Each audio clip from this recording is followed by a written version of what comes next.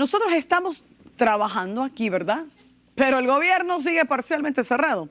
Pero hoy, una junta que duró de aproximadamente una hora, podrá ser la esperanza, tal vez, que los políticos lleguen a un acuerdo antes de acabar con la economía del país. Los líderes del Partido Republicano, encabezado por este hombre, John Boehner, visitaron la Casa Blanca para hablar con el presidente Obama y buscarle solución al problema, al presupuesto, ¿verdad? No hubo tal, solo una propuesta que podría ser el equivalente de una tregua, solamente hasta noviembre, pero aún no se sabe. Y mientras eso ocurre, otro día pasa. El país va camino a los cuidados intensivos, según algunos analistas políticos. Por ejemplo, los fondos federales para la administración y beneficios bajo el programa de nutrición suplementaria para mujeres, bebés y niños de bajos recursos ha sido suspendido. Ahora, ¿sabe usted cómo proteger a su familia durante este clima político de incertidumbre? Esta noche nos acompaña Juan Aquino, director de programas del grupo no lucrativo llamado LIFT. Se dedican a asistir a familias de bajos recursos salir de la pobreza. Muchas gracias por estar aquí. Gracias. Y también nuestro gran privilegio tener a usted nuevamente, profesor Gaspar Rivera, director de proyectos de estudios laborales de UCLA. Muchas gracias por estar aquí. Y bueno, ¿cuáles son las proyecciones, profesor, de cuántas personas dependen del gobierno y cómo este cierre parcial por el momento, ¿no?, les afecta?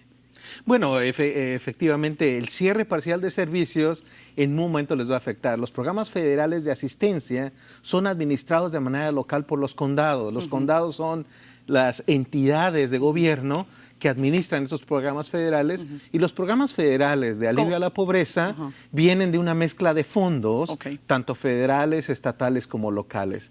Entonces, ahorita, con el cierre de estos servicios, ya estamos realmente en peligro de que comience a afectar el flujo de efectivo para esos programas.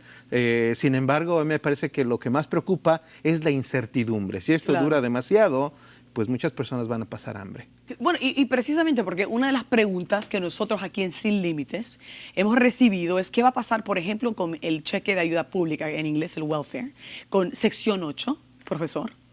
Bueno, todo ese dinero, como digo, se administra a nivel local, pero eventualmente si el gobierno no tiene el dinero para financiar estos programas, pues el dinero va a dejar de fluir. Claro. Y no solamente no tenemos dinero para operar esto, pero también se está hablando del otro peligro, es de que si no se le deja al gobierno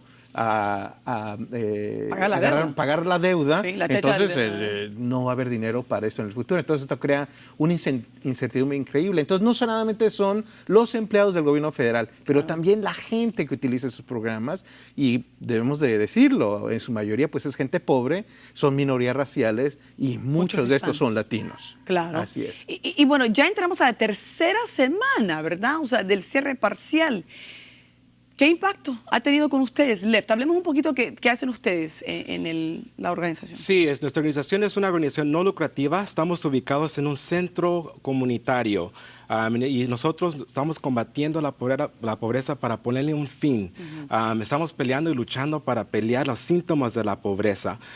Muchos de nuestros clientes que vienen a solicitar nuestros servicios están viniendo para preguntar por trabajos, están buscando para ver cómo pueden solicitar ayuda para diferentes recursos. Y nosotros con el grupo de representantes voluntarios estamos ahí para realmente trabajar con ellos uno a uno, realizar metas para nosotros poder combatir y lo que es un sistema muy confuso y muy complicado. Claro, y precisamente, o sea, ¿qué pasa si, por ejemplo, yo no encuentro trabajo? ¿Cómo me puede ayudar LIFT? Tenemos varias diferentes. Comenzamos con una conversación primeramente. Lo que nos hace diferentes a nosotros es que nosotros te vamos a tratar con empatía, con una sonrisa, un ambiente amigable. Ahora nos sentamos y vamos a decir, ¿qué tipo de experiencia tienes tú? ¿No tienes trabajo? ¿Cuántos años has trabajado? Hay que comenzar a crear un currículo, un historial para ver qué tipo de experiencia tienes y con nuestros expertos y todos desarrollar los eso, porque no es fácil. No es fácil. Sí, no es fácil. Y muchas personas todavía ahorita están solicitando empleo, tratando de caminar y tocar en puertas o fábricas para buscar empleo, y sabemos que hoy día todo se hace por computadora. Sí. Tienes que tener un resumen, tienes que también venderte, saber cómo representarte cuando tú estás con un empleador. Ajá. Y muchas de nuestras personas no saben cómo practicar hacer una entrevista. Con nosotros practicamos hacer una entrevista. Wow, qué bien, hablan del vestuario, hablan un poquito de la práctica, ¿verdad? La Sí. charla que se va a dar. Bueno, y también la tasa de desempleo, ¿verdad? En el país, según cifras del gobierno, es de 7.9%. Ahora, profesor, hay que desglosar qué significa ese número para el país. Por supuesto, como sabemos, el desempleo realmente es una estadística que simplemente refleja a aquellas personas que están buscando trabajo. Realmente no captura a aquellas personas que ya se han salido del mercado de trabajo y que no están buscando empleo activamente. Estas son las personas que ya se cansaron después de 2 meses de buscar y ya se están quedando en casa. Estas cifras no las cuenta el desempleo. Las estadísticas han estado bajando. A mí me parece que la economía se está viendo bien. Pero Está fortaleciendo. O sea, se está fortaleciendo. Hay indicadores, ¿no? Los niveles de desempleo se siguen estables. La construcción de vivienda sigue aumentando. Sin embargo, este debate de la incertidumbre del presupuesto federal, a mí me parece que corremos el peligro de que le ponga un freno a esta expansión, a este sentido de que las cosas van bien. Y bueno, con estas malas noticias, pues ahora, por ejemplo, la confianza entre los consumidores está Wall bajando. Street. Veamos lo que está pasando con la bolsa de valores, ¿no? En Wall Street también. Muchas familias dependen de asistencia pública, ¿verdad? ¿Cuáles, digamos, las cifras que ustedes han visto en Lyft? En Lyft, el 75% de las familias que vienen a solicitar nuestros servicios están desempleados. 75%. Ahora, el 50%, más del 50% de nuestras familias también están dependiendo en recursos y beneficios públicos. Y otra pregunta, Juan. ¿Y la mayoría de esas personas tienen papeles? La mayoría de esas personas, nosotros servimos a los dos, a personas que tienen papeles o no tienen papeles. Nosotros somos una organización que atrae y todos son bienvenidos. Entonces, lo que nosotros hacemos con todas las personas que vienen, ya sea que tengan papeles o no tienes papeles, te vamos a conectar a los recursos para poder tratar de sostener tu hogar y también tratar de sostener tus oportunidades económicas. Entonces, nosotros también, con cada persona que viene, se sienta con un representante, hablamos de su historia, hablamos de todas las crisis que están pasando. Una crisis está conectada con otra crisis, ¿verdad? Si hay desempleo, posiblemente hay otras emociones o otros tipos de... Claro, es que no es fácil. En el hogar, no es fácil. Hay mucha preocupación. Depresión, ansiedad. Y si la persona no está estable internamente, si esta fundación personal no está estable, entonces ¿cómo van a poder a recibir un trabajo y quedarse en ese trabajo? Es un terremoto interno. Sí, ¿no? interno. Profesor. A mí me parece que este programa viene a llenar unos huecos importantísimos en los que nos tenemos que enfocar en la comunidad latinoamericana. No solamente tenemos que seguir buscando la reforma migratoria que realmente nos va a dar la oportunidad de salir de las sombras, pero también debemos de pensar que hay otros aspectos importantísimos para realizar nuestros sueños en los Estados Unidos. Y uno de estos es oportunidades económicas. Y a mí me parece que este enfoque que hace Lyft de elevar el capital humano de las personas. Estamos en una economía bastante competitiva. Los latinoamericanos tenemos muchas desventajas en la entrada al mercado y me parece que esa es otra área en la que debemos de enfocarnos. Y lo último es la educación. Si hay algo que ha probado que puede sacar a las personas de las pobrezas son las oportunidades educativas en una economía cada vez más sofisticada, donde los mejores trabajos se van a la gente educada. Claro que sí, siempre ha sido así, pero también es buena señal tal vez que el gobernador Jerry Brown, como todos sabemos, acaba de firmar la ley para aumentar el sueldo mínimo. Definitivamente, a mí me parece que de las cosas que van a hacer la diferencia es este tipo de políticas públicas que elevan el piso mínimo de las personas trabajadoras. Sabemos que nuestra gente es muy trabajadora, pero que necesita esa ayuda para salir adelante. Y este cambio al sueldo mínimo va a tener un impacto sumamente positivo para la comunidad. Y tengo entendido que según un estudio de Stanford, California tiene el índice más alto de familias viviendo en la pobreza. Y cuando hay que definir la pobreza, estamos hablando de una familia de 4 que gana apenas $2,000 al mes, que son un poco menos. $24,000 al año. Un poquito menos parece que es la cifra, ¿no? 23,550 me dice el productor. Muchas gracias. También la pregunta, ¿habrá una resolución en Washington? Porque si no, por ahí vamos, ¿no? Una recesión fatal. Hoy, el líder de la mayoría demócrata, Harry Reid, habló sobre la propuesta de los republicanos. Escuchemos. Muchos de estos mismos republicanos también dicen que podemos evitar atrasarnos en los pagos, dando prioridad a quiénes pagarles y cuándo les pagaremos. Dicen que hay que pagar a los acreedores de deuda externa primero. Todos están de acuerdo con eso. China sería primero y creo que Arabia Saudita y luego tal vez Japón. Pero no, señor presidente, no debe y no puede pagar los beneficiarios de la seguridad social en virtud de ese escenario. Veteranos y Medicare. No importa lo mucho que nos gustaría, no podemos hacerlo. No habría dinero para hacerlo. Además de tener las prioridades sorprendentemente torcidas, los republicanos también están usando la lógica muy deficiente. Y les tengo que preguntar, última pregunta, que se nos acaba el tiempo. ¿Qué opinan de lo que está pasando en Washington? Es impresionante el pleito político. Increíble. Es increíble lo que está pasando políticamente y nos está haciendo mucho daño a nuestra comunidad latina, una comunidad que realmente son buenos trabajadores y son impactados por la política y las personas que tienen ese orgullo que no se pueden agarrar una solución que nos va a beneficiar a nuestras personas que están esperando a sobrevivir esta tormenta económica. Profesor, usted es sociólogo. ¿Qué por pasa? supuesto, lo que vemos es que finalmente tenemos el impacto de la opinión pública. Acaban de salir estas encuestas del Wall Street Journal, donde dice que los republicanos han alcanzado los niveles más bajos en la opinión pública que no se veían en la historia moderna. Esto ha empujado realmente a que los republicanos se den cuenta de que el daño que le han hecho a su partido es bastante grande. Y bueno, no tienen otra cosa más que irse a negociar con el presidente. Sin embargo, todavía no estamos fuera del agujero. A mí me parece que vamos a ver cómo se desarrolla esto, pero a mí me parece que ya la opinión en general acerca del Congreso, de los políticos, es bastante baja y para remediar esta situación se va a llevar tiempo. Pero es que la división que existe en Washington es impresionante, ¿no? O sea, lo que nunca se había visto antes. Dicen, según algunos políticos, y el nivel de la pobreza sigue y tenemos que hacer algo. Por eso, muchísimas gracias por estar esta noche con nosotros, Lyft, Juan Aquino y profesor, muchas gracias por estar aquí. Un placer. De UCLA. Gracias. Bueno, más adelante el condado de Los Ángeles tiene el nivel de pobreza más alto de todo el estado, según un nuevo estudio. Una madre nos llega a decir cómo con un solo sueldo está sobreviviendo esta crisis económica. Y nuestro analista financiero le va a dar algunos consejos que no se puede perder. Gracias por seguir aquí con nosotros en Sin Límites. Bueno, hablamos del techo de la deuda, pero ¿sabía usted que aquí, en California, la que es considerada la octava potencia a nivel mundial, por encima de muchos países, hay casi 3 millones de latinos que viven con muy bajos ingresos, en la pobreza?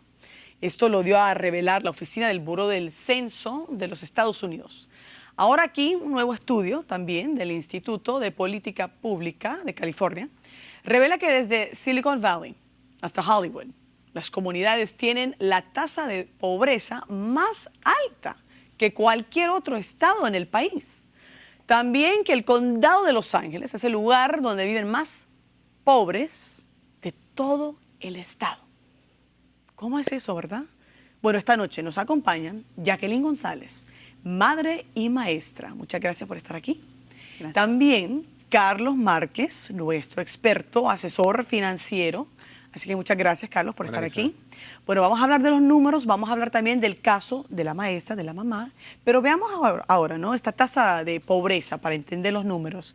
La tasa de pobreza, según, ¿no?, la fuente aquí, la oficina del censo, 27% para Los Ángeles y el resto del país, 18%. Pero, Carlos Márquez, ¿qué significa? ¿Por qué? ¿Por qué tan alto? Bueno, Los Ángeles es el condado más poblado de la nación y por eso obviamente causa que los números sean más altos. Imagínate, en ciertos momentos San Bernardino, que tiene menos población, ha llegado hasta el 30 y pico % de nivel de pobreza. Y es lo mismo, existe gran población aquí, a la misma vez somos minorías, que nos hace falta información. Y bueno, pero vamos a definir nuevamente lo que es la pobreza, ¿verdad? Porque se define la pobreza según el gobierno. Una familia de 4. Por ejemplo, ¿no?, ganando menos, bueno, la cifra aproximada, ¿no?, es $23,000, 550, que son, ¿qué?, apenas unos $2,000 al mes. Sí. $2,000 al mes. Si el alquiler en Los Ángeles son de $1,000, el seguro del auto, el seguro, el seguro médico, aunque ahora hay Obamacare, pero eso es un pleito, como ya sabrán. En Washington, Jacqueline, madre soltera, ¿Qué pasó en su caso? Porque sé que ahora está trabajando de tiempo parcial y no está en tiempo completo. No, no estoy de tiempo completo. Sí, como usted comentó, ¿verdad? Soy madre soltera y he navegado por todos los servicios públicos y simplemente yo creo que hay una falta de respeto, ¿verdad? En muchas de las oficinas del condado. Creo que normalmente la situación es que siéntate aquí, que todavía no te toca, ¿verdad? Y yo creo que a veces, en vez de ayudar, ponen a la gente en un poco de complejo, ¿verdad? Los ponen abajo, por decirlo Sí, así. por ejemplo, como estás aquí, ¿verdad? Quédate allí, yo te voy a llamar. Y creo que no es algo justo, ¿verdad? Como queremos que mejoren las cosas si no le estamos dando las armas para mover adelante. Sí. Y lo veo como madre y también como maestra, cómo afecta a toda la familia, tanto a los hijos, tanto a la familia. Tenemos unas fotos muy interesantes que estamos viendo aquí para que el público, el televidente, entienda. A ver, acá está. ¡Ah! ¡Qué prechocho! Tu bebé, ¿correcto? Sí, con mucha honra, mi bebé. Ah, ok. ¿Y aquí, esta foto? Es mi familia. Ok. Y luego tenemos también una foto que parece que estaba por ahí. Bueno, claro, mire qué guapo ese nene. Y como madre soltera, o sea, expliquemos cómo, o sea, qué pasó. Sé que falleció su padre hace unos años y todo cambió. Sí, cuando fallece mi padre, ¿verdad? Como en muchas familias, normalmente es el que, ¿verdad? Es el que hace el dinero. Y yo creo que en este tiempo yo hice la decisión de acabar mis estudios, Sí. ¿verdad? Pero cuando regresé a Los Ángeles un año atrás, no solamente era madre soltera, pero también estaba con la realidad de cómo pagar, ¿verdad?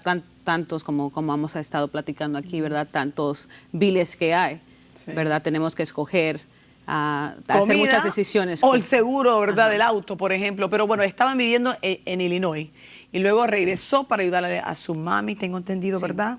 sí. Y bueno, y gracias a mami hay sección 8, ¿sí? Sí, perfecto. Y el sección 8, para explicarle bien a las personas que desconocen, Carlos Márquez, es un programa. Es un programa que ayuda a las personas con un subsidio en su renta mensual, ¿no? Entonces es un gran alivio y es uno de los programas que ahorita corre riesgo si el gobierno no llega a un acuerdo, ¿no? Personas pagan un porcentaje de renta, pero este programa paga la mayoría.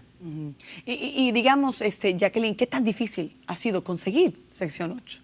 Pues fíjese que todos los programas públicos, ¿verdad?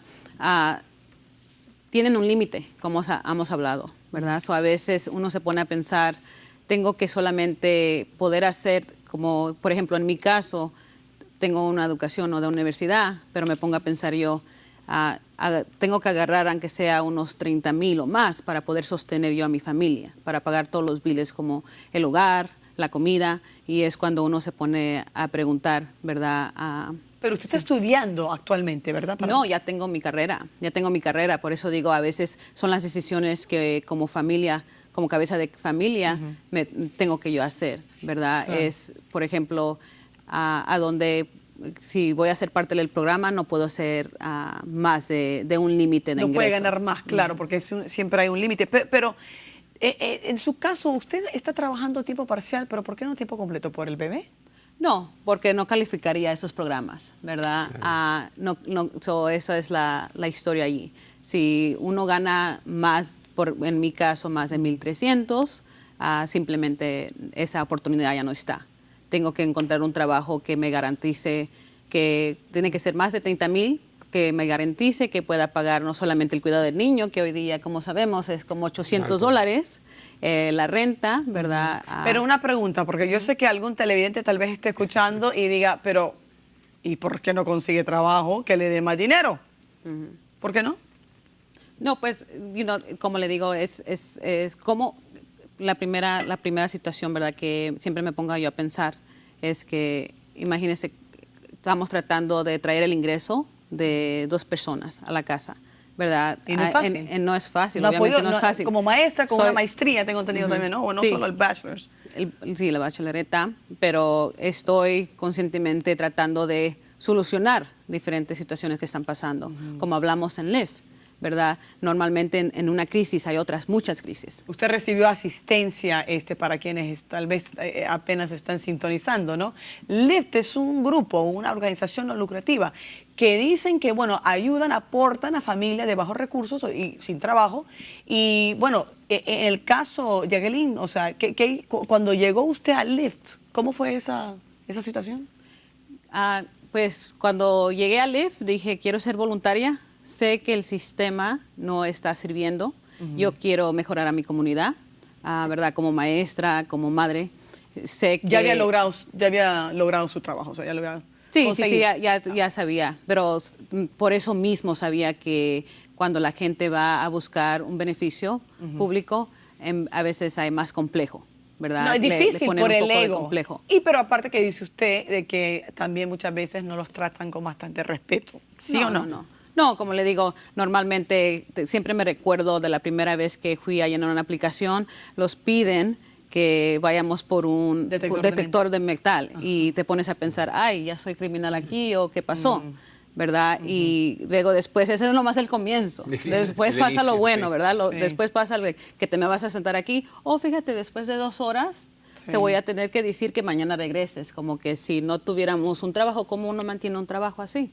¿Verdad? Es un ciclo vicioso. Sí. Y bueno, y precisamente por ese ciclo vicioso que hay que romperlo, ¿verdad? Carlos Márquez, Claro. ¿qué hacemos? ¿Qué Bueno, hacemos en ese entonces para comenzar? Por lo hacer menos algo 3 pasos más diferente. importantes. Bueno, los sistemas provocan lo que es dependencia a un gobierno y ahorita desafortunadamente tantas personas que dependen de un gobierno se están sacando las canas. ¿Cómo le voy a hacer? ¿Qué es lo que yo voy a hacer? Mira, yo por 21 años de mi vida viví a un nivel de pobreza. Mi papá siempre ganó el sueldo mínimo. Vivíamos en un apartamento que medía 10 por 10, una familia de 4, pero nunca nos hizo falta nada, pero nunca pidió sección 8, nunca pidió estampillas y nada contra las personas que lo hacen. Sí. Pero en mi Tuvo la dicha que no tuvo que pedirlo, ¿no? Bueno, Su pudo. sección. Hay muchas personas, imagínate, he preparado miles y miles de declaraciones de impuestos en mis oficinas y personas llegaban hacia conmigo y decían, no quiero trabajar mucho, porque si trabajo mucho, no me van a dar un cheque grande de reembolso. Imagínate, el gobierno federal, si tú trabajas y generas $15,000,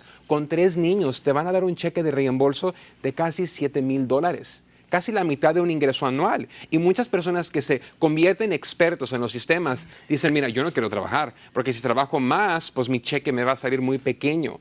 Entonces, qué bueno que existen programas, que existen sistemas, pero realmente deberíamos de buscar a independizar a las personas como programas como Lyft.